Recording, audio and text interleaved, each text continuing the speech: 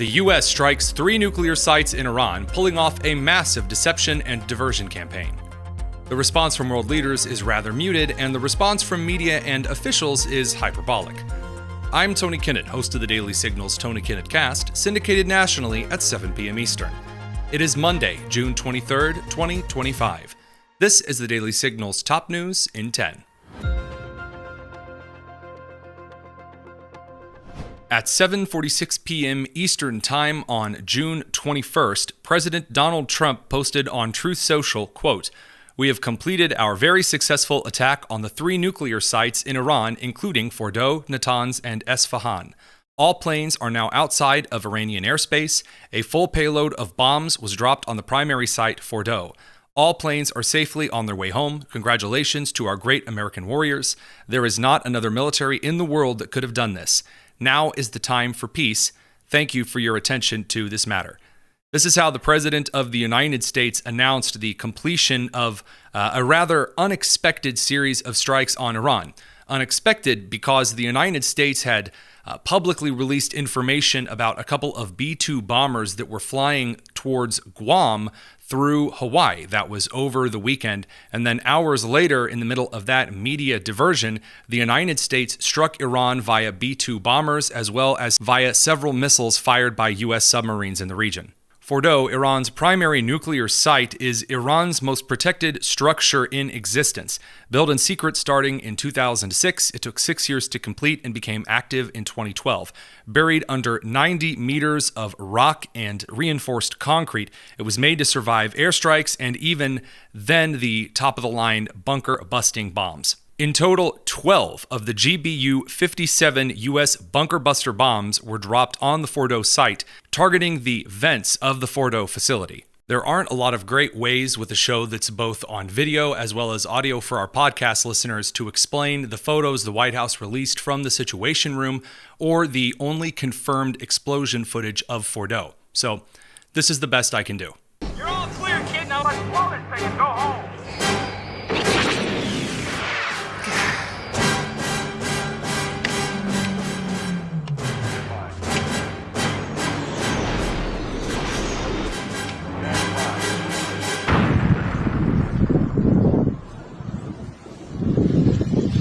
Just over 2 hours later, the President of the United States, Donald Trump, flanked by Vice President J.D. Vance, Secretary of State and Acting National Security Advisor Marco Rubio, as well as Secretary of Defense Pete Hegseth, approached the podium and addressed the country. Thank you very much. A short time ago, the U.S. military carried out massive precision strikes on the 3 key nuclear facilities in the Iranian regime: Fordow, Natanz, and Esfahan. Everybody heard those names for years as they built this horribly destructive enterprise. Our objective was the destruction of Iran's nuclear enrichment capacity and a stop to the nuclear threat posed by the world's #1 state sponsor of terror. Tonight, I can report to the world that the strikes were a spectacular military success. Iran's key nuclear enrichment facilities have been completely and totally obliterated. Iran, the bully of the Middle East, must now make peace. If they do not, future attacks will be far greater and a lot easier. For 40 years, Iran has been saying death to America, death to Israel. They have been killing our people, blowing off their arms, blowing off their legs with roadside bombs. That was their specialty. We lost over 1,000 people, and hundreds of thousands throughout the Middle East and around the world have died as a direct result of their hate. In particular, so many were killed by their general, Qasem Soleimani. I decided a long time ago that I would not let this happen. It will not continue. I want to thank and congratulate Prime Minister Bibi Netanyahu. We worked as a team like perhaps no team has ever worked before. And we've gone a long way to erasing this horrible threat to Israel. I want to thank the Israeli military for the wonderful job they've done.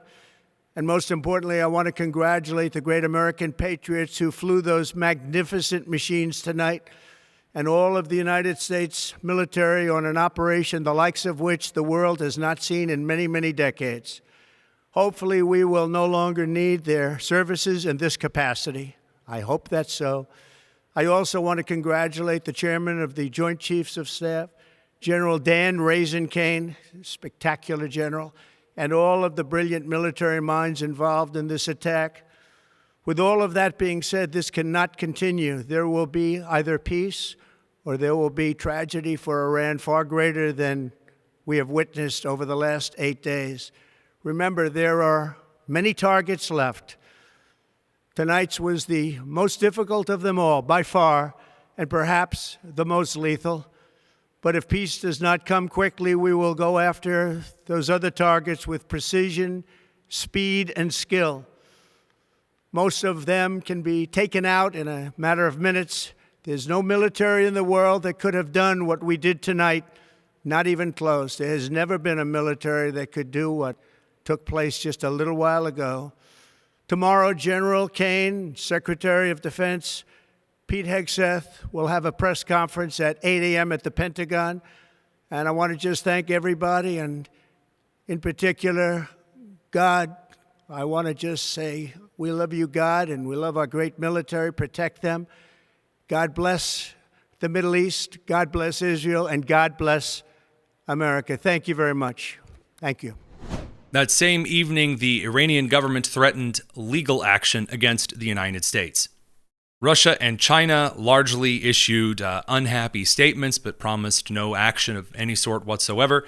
None of the other Middle Eastern countries or aggressors toward the United States that have previously sided with Iran, for example, in United Nations resolutions, had anything of substance to say on the matter either. Secretary Hegseth and General Dan Kane then held a press conference yesterday morning to discuss the operation and to praise the work of the American military. Of almost any American if you had an opportunity to watch it in real time. And I think Tehran is certainly calculating the reality that planes flew from the middle of America and Missouri overnight, completely undetected over 3 of their most highly sensitive sites, and we were able to destroy nuclear capabilities. And our boys in those bombers are on their way home right now. We believe that'll have a clear psychological impact on how they view the future. And we certainly hope they take the path of negotiated peace. But I could not be more proud. Sources reportedly told NBC that the Iranians were threatening some type of sleeper terrorist cell activation or some type of perhaps military strike package against United States bases in the region. This is as of yet unconfirmed. The State Department did issue a worldwide caution security alert following the strikes, saying, quote, "The conflict between Israel and Iran has resulted in disruptions to travel and the periodic closure of airspaces across the Middle East. There is the potential for demonstrations against U.S. citizens and interests abroad.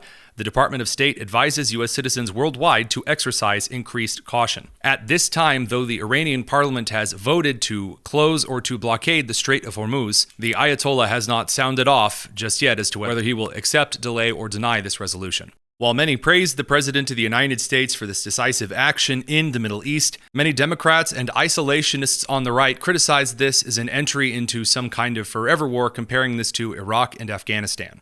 The Washington Post put forward an article and a map widely criticized for expectantly looking towards specific points at which Iran might target U.S. troops in the Middle East.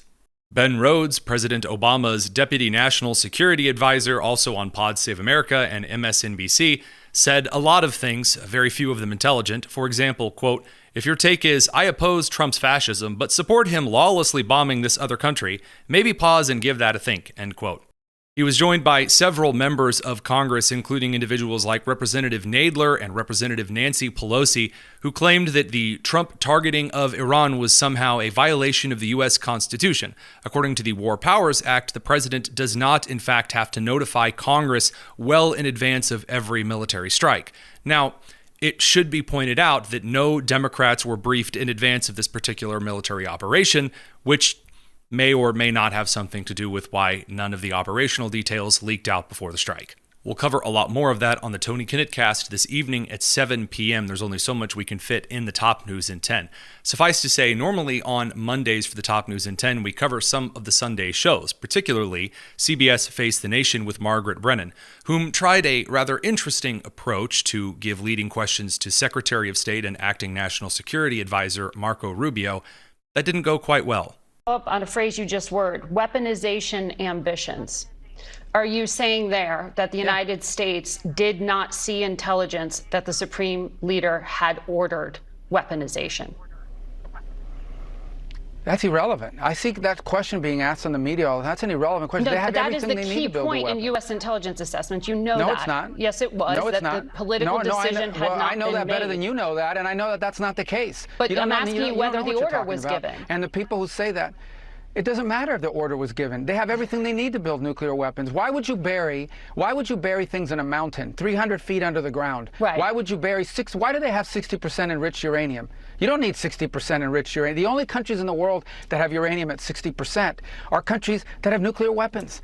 Because they can quickly make it 90. They have all the elements. They have. Why do they have a space program? Is Iran going to go to the moon? No, they're trying to build an ICBM. No, but so that's they a can one day question. put a That's a warhead on question. it. That's a question of intent, and you know in the intelligence assessment that it was that Iran wanted to be a threshold How do you state know and what the use this intelligence leverage. assessment says? I'm talking about what the the public intelligence assessment March says? assessment, and that's why I was asking you if you know something more from but March. That's also if an an inaccurate order was representation given. of it. That's an accurate representation of it. That's not how intelligence is read. That's not how intelligence is used. Here's what the whole world knows. Now, forget about intelligence. What the IAEA knows. They are enriching uranium well beyond anything you need for a civil nuclear program. So why would you enrich uranium at 60%? Right. If you don't intend to one day use it to take it to 90 and build a weapon. Right. Why are you developing ICBMs? Why do you have 8,000 short-range missiles and 2,000 to 3,000 long mid-range missiles that you continue to develop?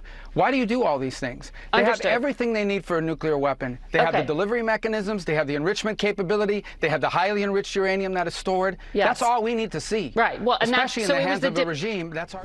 Before you go, check the description to make sure you're subscribed to the Tony Kinnett cast. And join us tonight at 7 p.m. for new information regarding a magistrate judge's order not to detain Kilmar Abrego Garcia on human trafficking charges and Homeland Security's appeal on pro-Hamas activist Mahmoud Khalil. I'm Tony Kinnett, and this has been the Daily Signal's Top News in 10. Take care.